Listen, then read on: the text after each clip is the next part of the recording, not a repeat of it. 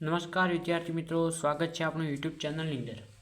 ખૂબ ખૂબ સ્વાગત છે। બધા કેમ હશો? મજામાં? ગુડ મોર્નિંગ, જય દ્વારકાધીશ। સ્વાગત છે તમારું આપણી યુટ્યુબ ચેનલની અંદર। આપણો એક બાર સાયન્સ કેમિસ્ટ્રીની અંદર રિવિઝન સિરીઝની અંદર જે પાર્ટ 1 છે એ આપણે જોઈ લીધું છે। ઓકે, પાર્ટ 1 આપણે સંપૂર્ણ કર્યો છે। પાર્ટ 1ની અંદર આપણે પ્રક્રિયાનો ક્રમ સુધી ભણ્યા છીએ। થોડુંક રિવાઇઝન કરી નાખું જે તમારે પૂછાઈ જવું છે કે આપણે પ્રક્રિયાના એકમાં જોઈએ। હવે આજે આપણે આણિકતા જોવાનું છે। ટોપિકનું નામ લખેલ છે। ઓકે, ત્યાંથી આપણે ક્લાસ બંધ કર્યો હતો। સૌપ્રથમ આપણે વાત કરીએ કે શૂન્ય ક્રમની પ્રક્રિયા તમારે જો આપેલી હોય, જો શૂન્ય ક્રમની પ્રક્રિયા તમારે આપેલી હોય તો એનો એકમ થાય છે mall, litre, inverse, second inverse. Okay, વાત કરીએ આપણે પ્રથમ ક્રમની પ્રક્રિયા। પ્રથમ ક્રમની પ્રક્રિયાનો એકમ માત્ર સેકન્ડ ઇન્વર્સ થશે। અને વાત કરીએ આપણે દ્વિતીય ક્રમની પ્રક્રિયા તો એનો એકમ થાય છે મોલ, આપણે ઋણ થઈ જશે મોલ ઇન્વર્સ, અને જે ધન ઋણ છે એ ધન થઈ જશે એટલે કે લીટર અને સેકન્ડ ઇન્વર્સ। તો તમને આ એકમોમાંથી કોઈ MCQ કદાચ પૂછાઈ શકે એવાની શક્યતા છે સંપૂર્ણપણે, તો એને ખૂબ સરસ રીતે તૈયારી કરીને જવાનું। ઓકે, એના પછી આપણે વાત કરીએ આણ્વિકતાની। તો એ પ્રક્રિયાનો કેવો ગુણધર્મ છે? બીજો ગુણધર્મ છે। એવી રીતે આપણે ક્રમ જોઈએ, વેગ અચળાંક જોઈએ, એવી જ રીતે એક આપણે શબ્દ જોઈએ છે આણ્વિકતા। તો આણ્વિકતા વિશે આપણે ખ્યાલ મળતા પહેલાં કે આણ્વિકતા શું છે તો એ આપણે જોઈએ કે આપણે કોઈ પ્રક્રિયા કઈ રીતે થાય છે। દાખલા તરીકે આપણે પ્રક્રિયામાં કેટલા ભાગ લઈએ છીએ। પ્રક્રિયા ધારો કે થાય છે કે આપણે પ્રક્રિયા દાખલા તરીકે A+B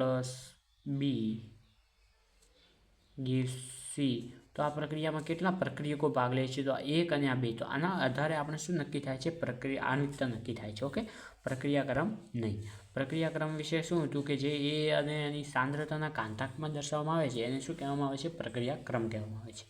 પરંતુ જો પ્રાથમિક પ્રક્રિયામાં ભાગ લેતી હવે NCERTની અંદર વ્યાખ્યા જોઈએ આપણે। NCERTની અંદર શું કીધું છે એ સમજો પહેલાં કે NCERTની અંદર કહેવામાં આવ્યું છે કે પ્રાથમિક પ્રક્રિયામાં ભાગ લેતા સ્પેસીઝની અંદર કોનો સમાવેશ થાય એ યાદ રાખવાનો। સ્પેસીઝમાં બધું થાય જે ભાગ લે, દાખલા તરીકે પરમાણુની વાત કરીએ આપણે, ઓકે, અણુની વાત કરીએ કે ભલે આયન હોય। હું NCERTનું જ ચલાવું છું। ઓકે, એની અંદર જ લખેલ છે, આમાંથી કોઈ પણ હોઈ શકે। ઓકે, તો આગળ આપણે ચર્ચા કરીએ કે કોઈ પણ પ્રાથમિક પ્રક્રિયામાં ભાગ લેતી સ્પીસીની સંખ્યા જે એક સાથે અથડાય અને જે પ્રક્રિયા થાય અને પૂર્ણ કરવામાં સંકળાયેલ છે તેને પ્રક્રિયાની આણ્વિકતા કહે છે। જ્યારે પ્રક્રિયા કરતી એક જ સ્પીસીઝ સમાવિષ્ટ હોય, દાખલા તરીકે આપણે વાત કરીએ કે જો કોઈ પ્રક્રિયા, દાખલા તરીકે એ પ્રક્રિયા આવી રીતે થાય છે B+C, તો આ પ્રક્રિયામાં એક જ સ્પીસીઝ છે તો આને કઈ પ્રક્રિયા કહીશું? આપણે એકાણ્વીય। ઓકે, તમે સમજો હું શું કહેવા માગું છું। દાખલા તરીકે કોઈ બે પ્રક્રિયકો ભેગા મળી અને કોઈ નિપજ બનાવે છે C, તો આની અંદર તમે જોશો તો કેટલી પ્રક્રિયાઓ ભાગ લે છે? 2। તો આને શું કહેવાય છે? આપણે દ્વિઆણ્વીય પ્રક્રિયા કહેવાય છે। ઓકે, તો આ રીતે આપણે ઉદાહરણ સ્વરૂપે જોઈશું। તો આપણે વાત કરીએ એક આણ્વીય પ્રક્રિયાની ઉદાહરણ સ્વરૂપે જોઈશું એટલે તમને ખબર પડી જશે કે એક આણ્વીય પ્રક્રિયાનું ઉદાહરણ જોઈએ આપણે।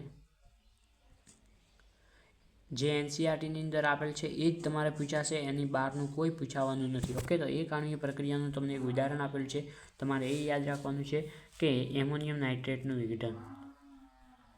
ઓકે, એમોનિયમ નાઇટ્રેટનું વિઘટન।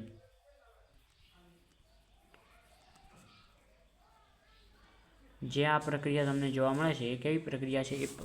એક આણ્વીય પ્રક્રિયા છે। પ્રાથમિક પ્રક્રિયા હંમેશા એક આણ્વીય પ્રક્રિયા છે, બાકીની કોઈ નક્કી ન કહેવાય। દ્વિઆણ્વીય પ્રક્રિયામાં એવું કોઈ નક્કી નથી હોતું। ઓકે, એમની સાથે કોઈ લેવા દેવા જ નથી ક્રમ સાથે, એ આખી અલગ જ આપણે કહી શકીએ છીએ। ઓકે, ચલો આનું ઉદાહરણ જોઈએ કે NH4NO2। ચલો આ સ્પીસીઝને શું કહેવાય છે? આપણે એમોનિયમ નાઇટ્રેટ કહેવાય। આ એમોનિયમ, આ નાઇટ્રેટ। ઓકે, જ્યારે એનું વિઘટન કરીએ છીએ આપણે ત્યારે શું બને છે? N2+2H2 એટલે કે પાણી સ્વરૂપે અને નાઇટ્રોજન સ્વરૂપે એ પ્રક્રિયા પામે છે। તો તમે જોઈ શકશો કે એમાં આપણે કેટલી પ્રક્રિયાઓને ધ્યાનમાં લીધું છે? એક આણ્વીય। એટલા માટે કેવી પ્રક્રિયા થઈ ગઈ? એક આણ્વીય પ્રક્રિયા થઈ ગઈ। ઓકે, આપણે વાત કરીએ બે સ્પીસીઝ જો ભાગ લે,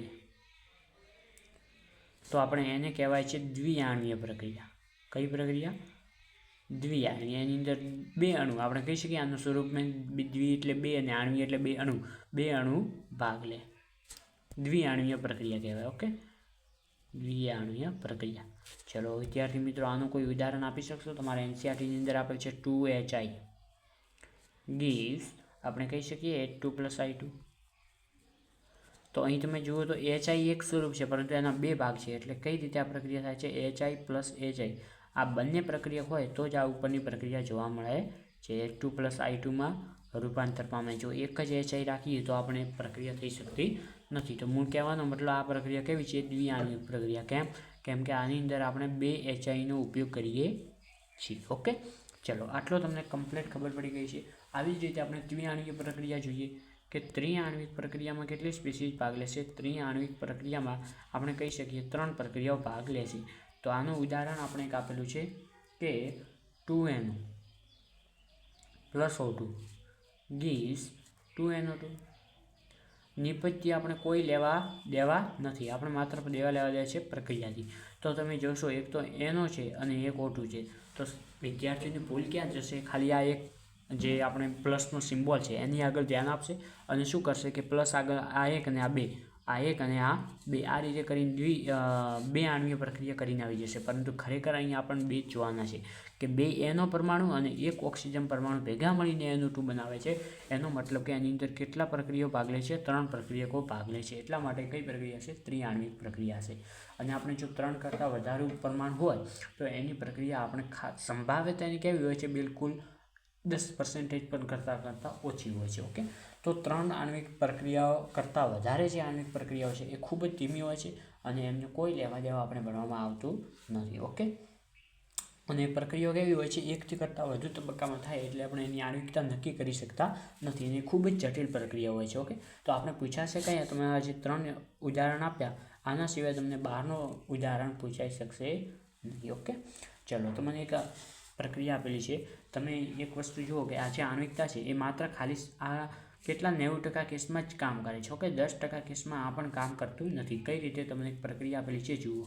તમને અહીં બોર્ડ ઉપર લખું એટલે તમને ખબર પડે કે પ્રક્રિયા છે KClO3, 1 સેકન્ડ, KClO3 +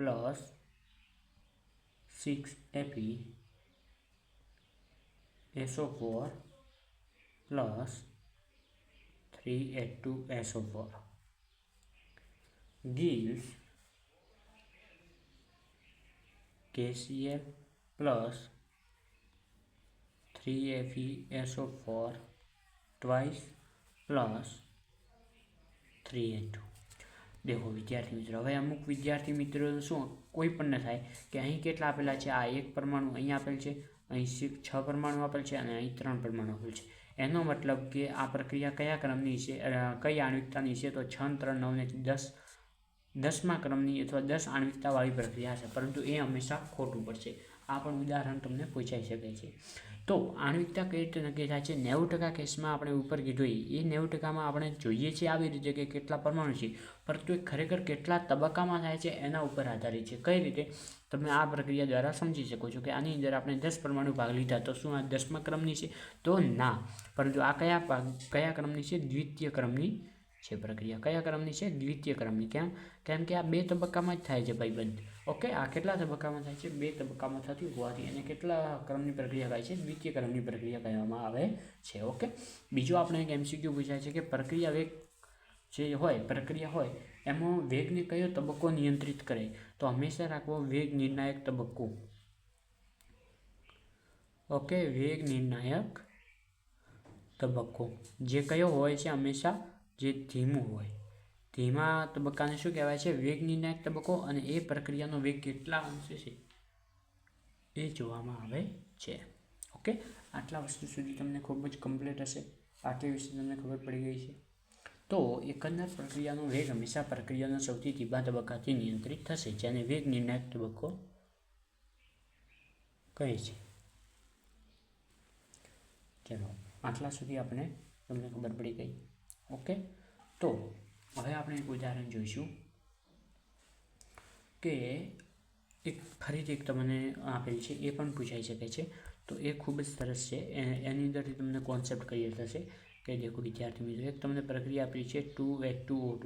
જો તમારી પાસે NCERT ન હોય તો મહેરબાની કરીને NCERT લઈને મોકલશો. ઓકે, આલ્કલાઇન માધ્યમ હોય આલ્કલાઇન માધ્યમની અંદર પ્રક્રિયા કરવામાં આવે તો એનામાંથી છૂટવું પડશે 2H2O પ્લસ O2. ચલો આ પ્રક્રિયા તમે ધ્યાનમાં લો તો આની અંદર તમે જોશો કે બે પ્રક્રિયા વપરાયેલા છે એટલે આપણે દ્વિતીય ક્રમની જોઈશું, પરંતુ આ ખરેખર કેટલા તબક્કામાં થાય છે, કઈ રીતે થાય છે, એની ક્રિયાવિધિ શું છે, એટલે કે કહેવાનો મતલબ કે ક્રિયાવિધિ ઉપર આધારિત રહેશે. કઈ રીતે જુઓ કે આ પ્રક્રિયા કઈ રીતે થાય છે એ જુઓ કે જો આ પ્રક્રિયાનું આપણે સમીકરણ લખીએ, ઓકે, પ્રક્રિયાનું સમીકરણ હંમેશા કોના માધ્યમથી લખી શકીએ આપણે? પ્રક્રિયકનો વેગ હંમેશા પ્રક્રિયાના સંદર્ભે આપણે લખી શકીએ. કઈ રીતે? કે વેગ લખતા વખતે આપણે હંમેશા આ H2O અને O2ને ધ્યાનમાં લેવામાં આવશે નહીં. કઈ રીતે જુઓ? H2O2 divided by dt, okay, બરાબર કે H2O2 એન્ડ I માઇનસ. તમે અહીં જોશો તો અહીં I માઇનસ તમને પણ જોવા મળશે, જે શું છે આ માધ્યમમાં જ આપણે વર્તીએ છીએ. એટલે કે મૂળ કઈ તબક્કા થાય છે એનો તમને જો ઉલ્લેખ આપણે આપેલ છે નીચે કે સંદર્ભમાં કેવું ક્રમની છે? પ્રથમ ક્રમની પ્રક્રિયા છે. પુરાવા સૂચવે છે કેટલા? બે તબક્કામાં થાય છે. કઈ રીતે? પ્રથમ તબક્કાની અંદર શું થશે કે જે H2O2 છે, કે જે આપણો H2O2 છે એ શું કરશે? જે આપણે માધ્યમ વાપર્યું છે આલ્કલાઇન માધ્યમની અંદર I વાપર્યું છે એની અંદર થશે અને જે H2O પ્લસ IO માઇનસ છૂટવું પડશે. હવે શું થશે? આ IO માઇનસ ફરીથી આ બીજા H2O2 છે, બે H2O2 આવે, એક તો વપરાઈ ગયો, બીજા H2O2 શું કરશે? IO માઇનસ જે સ્વયં ઉદ્દીપિત છે એના દ્વારા વર્તી અને શું બનાવશે? H2O plus I minus plus O2. તો એ તમે જોશો તો અહીં બે તબક્કામાં તમારી પ્રક્રિયા પૂર્ણ થાય છે. ઓકે, તો આ રીતે એની ક્રિયાવિધિ ઉપર આધારિત રહેશે. તમે અહીં જોશો કે IO માઇનસ અહીં પણ ઉત્પન્ન થયો, અહીં આપણે વાપરી નાખ્યો અને પાછો ઉત્પન્ન થયો નથી. એનો મતલબ કે IO માઇનસ શું છે? ઉદ્દીપક છે એ આપણે મળતો એ અંદરની અંદર પ્રક્રિયામાં બની જાય છે અને શરૂઆતમાં કે અંતમાં તમને જોવા મળતો નથી. માત્ર શું જોવા મળે છે? H2O2, H2O અને I માઇનસ O2. ઓકે, તો આટલી વસ્તુ જોવા મળે છે. તો અહીં બંને તબક્કા કેવા હોય છે? દ્વિઆણ્વીય પ્રાથમિક તબક્કા હોય છે. ઓકે, અને મધ્યવર્તી તરીકે તમને પૂછે તો શું આવશે? IO માઇનસ છે, મધ્યમાં બને છે પરંતુ ક્યાં જોવા મળતો નથી. ઓકે, હવે પ્રક્રિયા હવે આમાં કયો ધીમો તબક્કો છે એના આધારે એની વેગ નિર્ણાયક તબક્કો કયો છે એના આધારે એનો વેગ નક્કી કરશે. ઓકે, તો આના સોલિડ આપણે ખૂબ જ MCQ જોઈશું, જે તમારે MCQની અંદર ડાયરેક્ટ પૂછાઈ શકે છે વિધાનવાળા વાક્યોમાં. ઓકે, તો સૌ પ્રથમ જુઓ કે જે પ્રક્રિયાનો ક્રમ છે અહીં તફાત સ્વરૂપે આપેલ છે, પરંતુ આપણે ઓપ્શન સ્વરૂપે જોઈશું કે પ્રાયોગિક રાશિ છે એ કેવી હોઈ શકે? શૂન્ય હોઈ શકે, ઓકે, અપૂર્ણાંક હોઈ શકે, અને આ ખાસ યાદ રાખવાનું અપૂર્ણાંક, ઓકે, હોઈ શકે છે પ્રક્રિયાનો ક્રમ. પરંતુ આપણે જોઈએ આણ્વિકતા કેવી હોઈ શકે છે? એ માત્ર પૂર્ણાંક જ હોય, મીન્સ કે ન શૂન્ય હોય કે ન અપૂર્ણાંક હોઈ શકે નહીં. ઓકે, તો આ તમારે MCQ અંદર કેવી રીતે પૂછાય કે પ્રક્રિયાનો ક્રમ આણ્વિકતા એ અપૂર્ણાંક હોઈ શકે છે, તો એ વિધાન કેવું હશે? હંમેશા ખોટું હશે. તો વિધાનવાળા વાક્યમાં MCQ ખાસ પૂછાઈ શકવાની સંભાવના રહે છે અને ખાસ અપૂર્ણાંકવાળું જ પૂછાય છે. ઓકે, બીજું કે જે પ્રક્રિયા ક્રમ છે એ પ્રાથમિક અને જટિલ પ્રક્રિયાને લાગુ પાડી શકાય. આ કોને લાગુ પડે? તો કે પ્રાથમિક અથવા જટિલ બંને પ્રક્રિયાઓને લાગુ પડી શકાય છે. નાની પ્રક્રિયા હોય કે મોટી બંનેને લાગુ પાડી શકાય છે. જ્યારે આણ્વિકતા માત્ર કેવી હોય છે? પ્રાથમિક પ્રક્રિયાઓને જ લાગુ પાડવામાં આવે છે. જટિલ પ્રક્રિયાથી એને કોઈ લેવા દેવા નથી. ઓકે, જટિલ પ્રક્રિયા માટે પ્રક્રિયા ક્રમ સૌથી ધીમા તબક્કા વડે દર્શાવે છે, એટલે કે એના નિયમો બદલાઈ જાય છે. એટલે માત્ર આપણે ક્રમ વિશે આપણે ધ્યાનમાં આવીએ છીએ. અને સૌથી ધીમા તબક્કાની આણ્વિકતા એકંદર પ્રક્રિયાના ક્રમ જેટલી હોય છે. આ એક MCQ તમારે યાદ રાખવાનું રહેશે. ઓકે, તો મીન્સ કહેવાનો મતલબ શું છે કે તમને આટલા વસ્તુમાં ખબર પડી ગઈ છે. નોન સ્ટોપ આપણે આટલું પૂર્ણ કરી નાખ્યું. હવે જે આપણે મેઇન પ્રશ્ન છે કે સંકલિત વેગ સમીકરણ એટલે શું? તો આપણે જે સાંદ્રતા પર આધારિત વેગની તમને MCQમાં પૂછાય કે જે સંકલિત વેગ સમીકરણ છે. ઓકે, કહીએ આપણે 1 સેકન્ડ. ચલો આપણે વાત કરીએ સંકલિત વેગ સમીકરણની.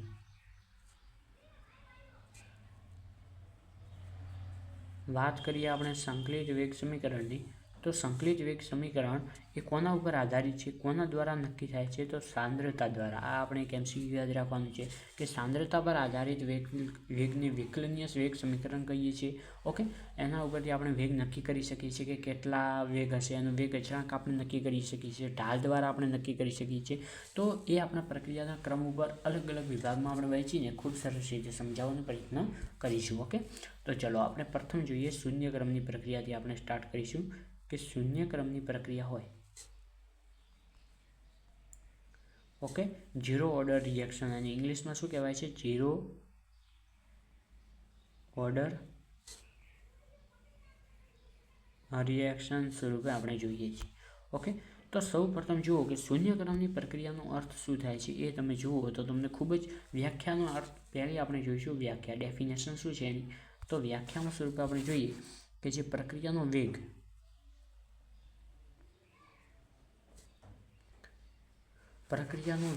પ્રક્રિયકની સાંદ્રતાના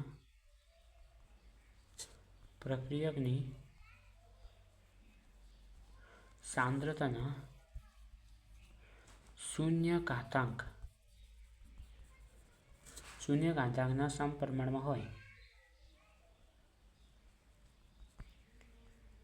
તેને શું કહેવાય છે, આપણે શૂન્ય ક્રમની પ્રક્રિયા કહી શકાય છે. દાખલા તરીકે આપણે કહીએ કે R ગેસ P એક આ પ્રક્રિયા છે, તો અહીં તમે જોશો તો આનું વેગ સમીકરણ આપણે લખશું તો શું લખાશે, વેગ બરાબર શું લખાશે, -dr ભાગ્યા dt. અને જો આને વિકલિત વેગ સમીકરણ સ્વરૂપે આપણે લખીએ કે વેગ અચળાંક સ્વરૂપે, તો પ્રક્રિયકના સાંદ્રતાના સંદર્ભમાં લખીશું તો આની ઘાતા કેટલી થઈ જશે, 0. ઓકે, તો તમારું અહીં વેગનું સૂત્ર શું આવશે, વેગ બરાબર શું થશે કે વેગ બરાબર -dr ડિવાઇડેડ બાય dt બરાબર k. હવે મિત્રો જણાવશો કે R0નું મૂલ્ય કેટલું થશે, Rની શૂન્યઘાતનો અર્થ થાય છે 1. કોઈ પણ ઘાતાંક હોય, શૂન્યઘાતાંક હોય, કોઈ પણ રાશિનો શૂન્યઘાતાંક મીન્સ એક રાશિ થાય તો કેટલો જવાબ આવી જશે, આટલો થઈ જશે. હવે એક વસ્તુ વિદ્યાર્થી મિત્રો તમારે MCQમાં પૂછાય છે કે કયા ક્રમની પ્રક્રિયા હશે જેનો વેગ એ ટૂંકમાં લખું છું કે વેગ અચળાંક જેટલો હશે. ઓકે, દેખો તમે જુઓ કે વેગ છે એ કેટલા જેવું હશે, વેગ અચળાંક જેટલો તમને જોવા મળશે. તો એ કઈ ક્રમની પ્રક્રિયા છે, તો એ આપણે કહી શકીએ કે શૂન્ય ક્રમની પ્રક્રિયા જોવા મળે છે. બીજી કોઈ પ્રક્રિયામાં એવું જોવા મળતું નથી કે જે વેગ છે ખાલી વેગ અચળાંકના સમપ્રમાણમાં હોય છે, એ સાંદ્રતાથી સ્વતંત્ર હોતો નથી. ઓકે, તો તમારે આટલો કોન્સેપ્ટ યાદ રાખવાનો છે. હવે આપણે શરૂઆત કરીએ કે કઈ રીતે આનો કહી શકાય. તો આપણે ઉપર લખ્યું છે વેગ બરાબર -dr ડિવાઇડેડ બાય dt બરાબર k × 1. ઓકે, અથવા k કહી શકીએ. હવે આપણે આનું શું કરવાનું છે, આનું સંકલન બીજું કરવાનું છે. તો આપણે સંકલન કઈ રીતે કરીશું, સૌપ્રથમ ડીટીને ઓલી બાજુ એટલે કે જમણી બાજુ આપણે ખસેડીશું. તો શું થશે કે dr અને માઇનસને પણ ઓલી બાજુ લખીશું એટલે શું થશે, k × dt થશે. ઓકે, આપણે સમીકરણ આને કહી શકીએ, એક સમીકરણ કહી શકીએ. ઓકે, તો હવે આ સમીકરણનું શું કરવાનું છે, સંકલન કરવાનું છે. ઓકે, સંકલન કરતા તો સંકલન કરશો અહીં તમે તો તમને શું જોવા મળશે, જે drનું છે એનું સંકલન કરતાં આપણને કેવું મળશે, આરની સમિતિની જરૂર નથી. ઓકે, બોર્ડમાં આટલું જ લખવાનું છે, -kt અને tનો શું થઈ જશે, i. આ i શું છે, અચળાંક છે. શું સ્વરૂપે જોવા મળે છે, અચળાંક સ્વરૂપે તમને i જોવા મળે છે. તો હવે અહીં પ્રક્રિયામાંથી અચળાંકને કાઢવા માટે તમે શું કરશો, તો તમે અહીં સંકલન અચળાંક છે તો દેખો તમે અહીં સ્વરૂપે જોઈ શકો કે t બરાબર 0 એટલે કે શરૂઆતના સમયે તમારી સાંદ્રતા કેટલી હશે એ મને કહો, કે સાંદ્રતા જે હશે એ કેટલી છે, R0 હશે. ઓકે, R0 શું છે, પ્રારંભિક સાંદ્રતા છે.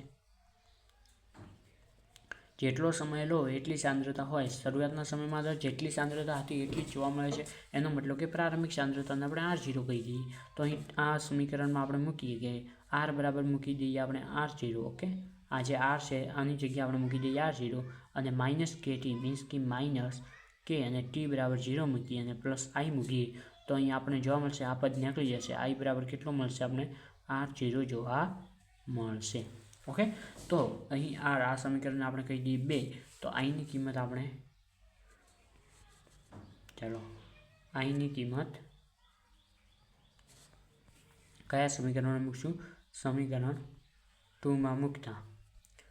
ઓકે, આના ઉપરથી તમને પ્રક્રિયા ક્રમ પણ આવડી જશે, એટલે કે પ્રથમ ક્રમની પ્રક્રિયા પણ તમને આવડી જશે. ઓકે, તો આઈની કિંમત મૂકવાની છે સમીકરણ નંબર 2. સમીકરણ 2 શું કહે છે કે r બરાબર -kt + i. આઈની જગ્યા આપણે શું મૂકવાનું છે?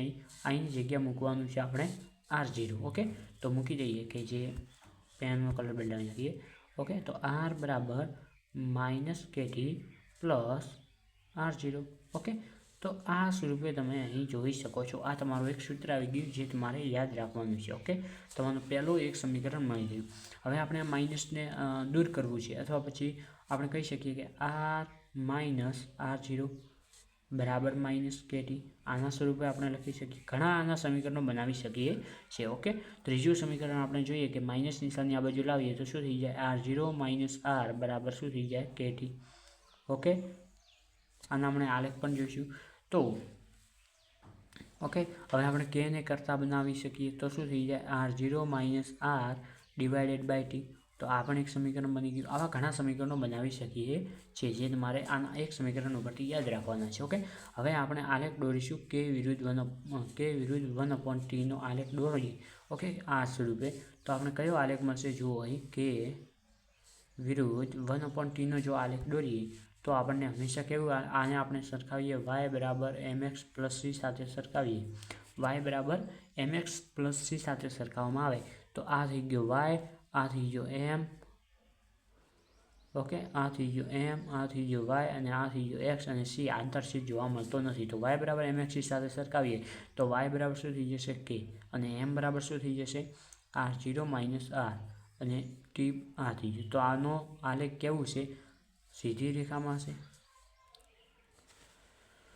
ઓકે, તો આ રીતે તમે આલેખ દોરી શકો છો. ઓકે, સીધી રેખા અને ઋણ દિશામાં હશે, અને એનો ઢાળ કેવું છે? ઋણ હશે. ઓકે,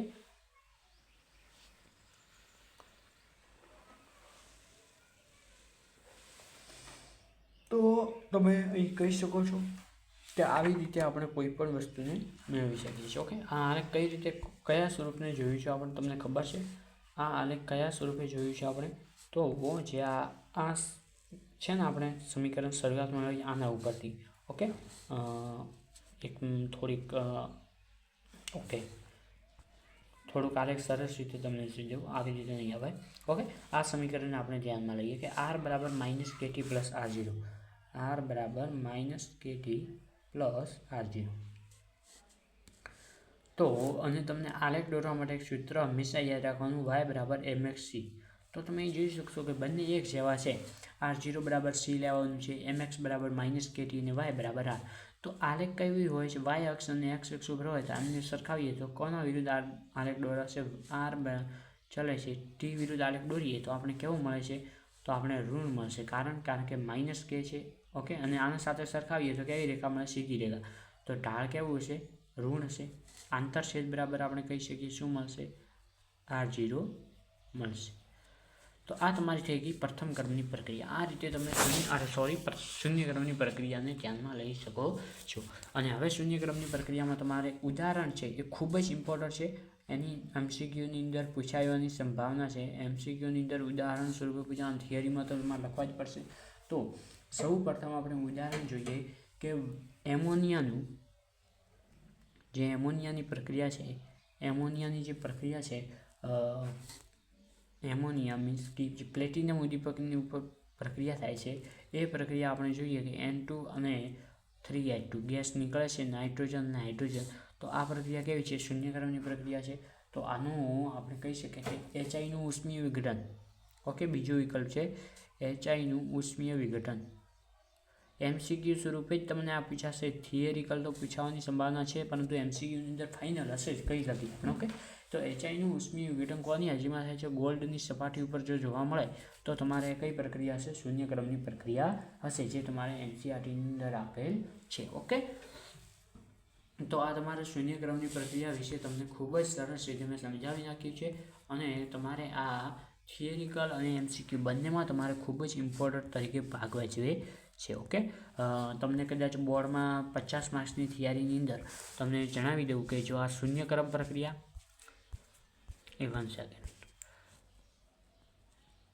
શૂન્ય ક્રમ અથવા પછી પ્રથમ ક્રમ પ્રક્રિયા, આ બંનેમાંથી કદાચ કોઈ એક આવવાની સંભાવના છે, કોઈ એક આવવાની સંપૂર્ણપણે સંભાવના છે.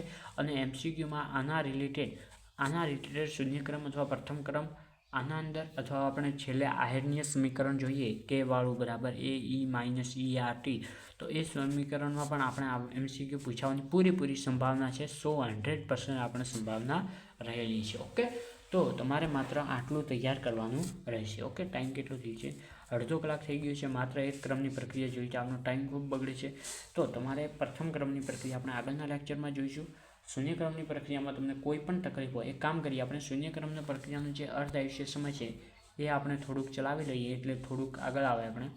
ઓકે, કારણ કે પ્રથમ ક્રમની પ્રક્રિયા એક થોડીક મોટી ટોપિક છે, એટલે બધું આડાઅવળું થઈ જાય. એના કરતાં આપણે એક કામ કરીએ, જે અર્ધ આયુષ્ય સમય છે આપણે ટૂંકમાં છે એ આપણે આના સ્વરૂપે તમને રિલેટેડ છે, મીન્સ કે આવડી જશે. ઓકે, તો તમારું સૂત્ર આવ્યું હતું.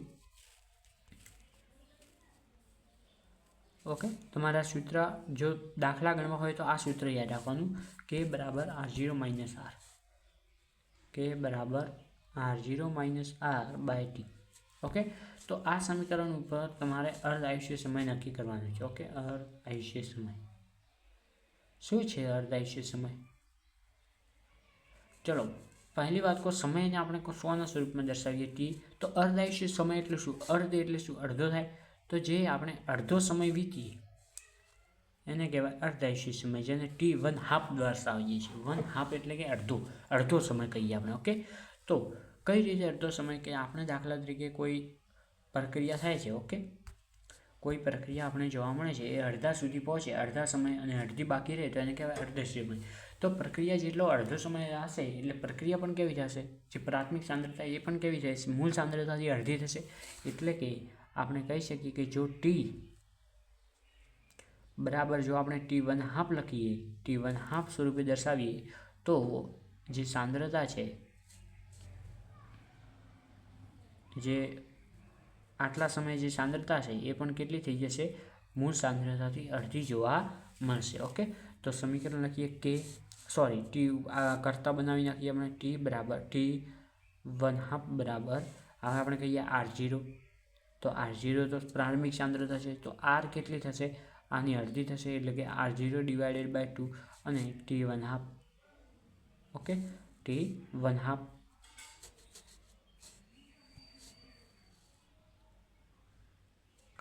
ચાલો, તો અહીં તમે લખી શકો છો. સંપૂર્ણપણે તમને ખૂબ જ યાદ રાખવાનું. દેખો, T1/2 સારી રીતે નથી લખાતું ઉતાવળમાં, એટલે એનો કોઈ વાંધો નથી. ચલો, T1/2 બરાબર, હવે દેખો આ 2 છે, 2ને 2 આના છેદ સરખા કરતા 2R0 minus R0, 2R0 minus R0 by 2. અહીં T1/2 ના આવે ભાઈ, K આવે, કહેતા રહો. ઓકે, કહી શકીએ આપણે 2K. તો T1/2 બરાબર 2R0માંથી કેટલા વધે? R0 ડિવાઇડેડ બાય 2K વધે, અડધો. તો આ શું થઈ ગયું? અડધી સાંદ્રતા. એનો મતલબ કે જે શૂન્ય ક્રમની પ્રક્રિયા, MCQ આ પૂછાઈ શકાય છે. ઓકે, શૂન્ય ક્રમની પ્રક્રિયા એ સાંદ્રતાના સમપ્રમાણમાં હશે, મૂળ સાંદ્રતાના સમપ્રમાણમાં હશે. ઓકે, સમપ્રમાણમાં મૂળ સાંદ્રતા અથવા પ્રાથમિક સાંદ્રતા કેવી હોય છે? મૂળ સાંદ્રતા. ચલો, આ એક MCQ પૂછાઈ શકે છે, આ સૂત્ર ઉપરથી MCQ પૂછાઈ શકે છે. તો આ બધું તમારે યાદ રાખવાનું છે. તો આ ખૂબ મોસ્ટ ઇમ્પોર્ટન્ટ છે. ઓકે, જ્યારે પ્રાથમિક પ્રક્રિયા સાંદ્રતાથી આપણે આવશે, અચળ આવશે, એટલે કે સ્વતંત્ર નહીં હોય, સ્વતંત્ર કહીએ, તો આ રીતે તમે શૂન્યકાંતકની અર્ધ આયુષ્ય સમય પણ નક્કી કરી શકો છો. ઓકે, તો હવે આપણો લેક્ચર કમ્પ્લીટ અડધો કલાકનું થઈ ગયું છે. આટલા વિરુદ્ધ આપણે રાખીશું. હવે એક માત્ર પ્રથમ ક્રમની પ્રક્રિયા વિશે જોવાનું છે, અને એના પછી આપણે કંઈક સમીકરણ છે, સંઘાત સમીકરણ, આવું કંઈક છે, 2-3 નાના ટોપિક એ પણ ચલાવી લઈશું. ઓકે, ચલો.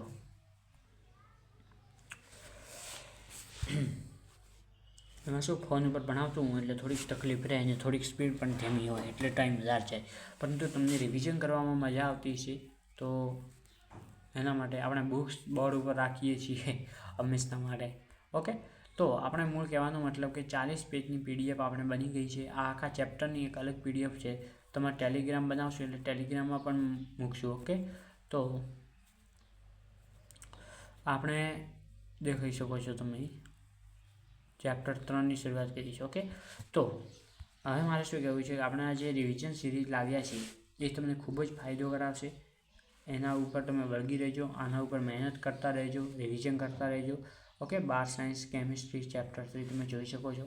2 પાર્ટ આપણે પૂરા કર્યા છે. કેટલા પાર્ટ પૂરા કર્યા છે? પાર્ટ કેટલા પૂરા કર્યા છે આપણે? A અને B સંપૂર્ણ પૂરા થઈ ગયા છે. હવે કયો પાર્ટ આવશે? C પાર્ટ લઈને આવીશું ટૂંક સમયમાં. ઓકે, તો આપણી ચેનલને પણ તમે આ જોઈ શકો છો, SN એકેડમી જેવી ચેનલને પણ તમે ખૂબ જ સપોર્ટ કરજો, જેથી હું થોડીક હજી સુવિધા ઉપલબ્ધ કરાવી શકું તમને ફેસિલિટીઝ. ઓકે, તો આપણે ચેપ્ટર 3ની શરૂઆત કરીએ છીએ. ચલો, આ ચેપ્ટરની અંદર તમને ખૂબ જ એક અગત્યની વાત કહું કે આની અંદરથી તમારે MCQ નીટ ગુજકેટની અંદર ખૂબ જ આવવાની સંભાવના છે, કારણ કે આ એક સૂત્રોવાળું અને એક બેઝિક ચેપ્ટર છે જે તમને ખબર હોવી જોઈએ. ઓકે, કેમિકલ કાઇનેટિક્સ, આનું ઇંગ્લિશ નામ છે કેમિકલ કાઇનેટિક્સ. તો તમારે સૌ પ્રથમ ગુણ મેળવવા માટે શું કરવું પડશે? MCQ પ્રેક્ટિસ કરો. ઓકે, એ ખૂબ જ ઇમ્પોર્ટન્ટ છે. અને થિયરી એક વખત રિવિઝન કરી નાખો. ઓકે, હવે તમારો બોર્ડ એક્ઝામ નજીક છે. ઓકે, બોર્ડ તો તમારે શું કરવાનું છે? થિયરી તમારે કમ્પ્લીટ કરી નાખો. એના પછી બોર્ડ પછી તમારે સંપૂર્ણ સમય મળે ત્યારે તમારે શું કરવાનું છે? MCQ. બોર્ડ તમારી પૂરી થશે એના 1 વીકની અંદર તમારી કઈ એક્ઝામ આવી જશે? જે આ ગુજકેટ મેં પ્રથમ નંબર ઉપર લખી છે એ ગુજકેટ તમારી એક્ઝામ આવી જશે. તમારે જો સારો કોર્સમાં એડમિશન મેળવવું છે તો તમારે ગુજકેટ તમારે પાસ કરવી પડશે. માત્ર પાસ નહીં, મેરિટમાં આવવું પડશે. તમારે 100 આસપાસ ગુણ લાવવા પડશે, જેથી તમને કોઈ સારા પ્રોફેશનલ કોર્સમાં એડમિશન મળશે. તો હું તમને એક વખત બોર્ડ જણાવું દેખો, તમે ખૂબ જ સરસ રીતે તમને ભણાવ્યું છે મેં. ઓકે, તો તમે ચેનલને પણ ફોલો કરજો. તમને દેખો આલેખ ચોપડીના જે આલેખ છે એના દ્વારા પણ ખૂબ સરસ રીતે સમજાયા છે મેં કે આ પ્રક્રિયક છે. ઓકે, આ નિપજનો છે, કઈ રીતે આ દેખો ઘટી રહી છે, એટલા માટે ઋણ નિશાની આવે, આ વધી રહી છે. તો આ ખૂબ જ સંપૂર્ણપણે તમને સમજાવવામાં આવ્યા છે. ઓકે, તમને કોયડા પણ સોલ્વ કરાવ્યા છે. આ રહ્યો કોયડા પણ સોલ્વ કરાવતો રહું છું. ઓકે, તો તમારા માટે ખૂબ મહેનત કરી રહી છું, તો તમે પ્લીઝ વિડીયોને સબસ્ક્રાઈબ કરશો. હવે મળશો આપણે નેક્સ્ટ લેક્ચરમાં, અને લેક્ચરને આટલા સુધી રાખીશું. ઓકે, તો ચલો આગળનું ટોપિકનું નામ લખી નાખીએ એટલે આપણે ભટકીએ નહીં. ઓકે, બોર્ડ પણ સારું છે, પરંતુ ફોન છે એટલે